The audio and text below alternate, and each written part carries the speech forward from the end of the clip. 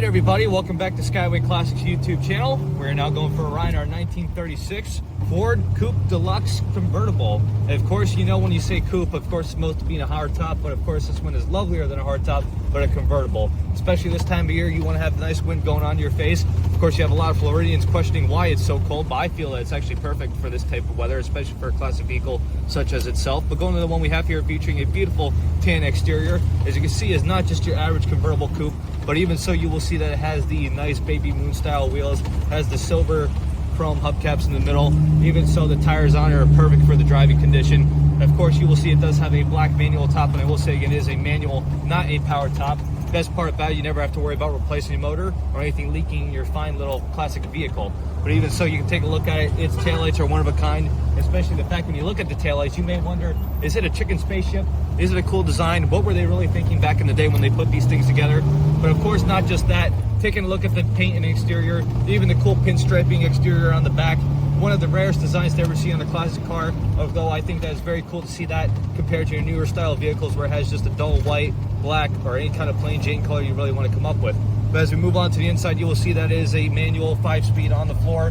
Perfect. In fact, looking at that knob, it is actually weird. It almost looks like a 19th, 20th century door handle, even a bath knob. But of course, everybody did their own thing back in the day. Even so, I don't really know what is going on here, but excuse that part. But even looking at it a little bit, you will see that the dash has the fine little wood grain upgraded cluster. Of course, originally that was most likely the clock, but it's been replaced by a tachometer. Very nice to see where the RPMs are really going. Even so, having an aftermarket gauge on the lower side there. But even so, looking at the interior, you have a fine bench seat in the front, fine vinyl material compared to the back. Of course, I don't think nobody ever really sat in the back, but it would be nice to have so indeed. 3-spoke wooden wheel here, or should I say the vinyl wheel, along with the I Did It column. One of the coolest things about the interior of this car is this little knob right here is actually the antenna switch, which if you do look behind me, you will see it raise up in the form of a little fuzzy dice knob.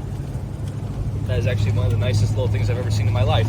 But even so, some of the other upgrades include the vintage AC system. You will see that it has all the fine little things.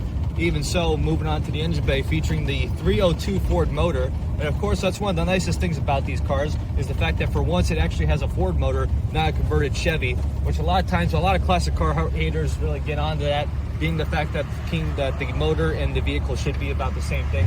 But even so, it handles all its fine logistics into the thing there. But other than that, it will be included in the write-up as well.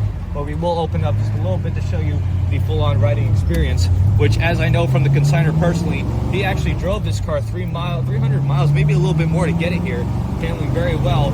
And of course, if a car can handle today's average highway speeds, it can handle pretty much about anything, which as for now, we're getting in the fourth right now. Strong sound coming out the back, good horsepower coming from the motor, and of course, fine little breeze in my hair, which I'll probably regret later. But as for now, though, we are just going to get it turned around and up on the lift. So if you have a moment, folks, please stay tuned with us to see the underneath.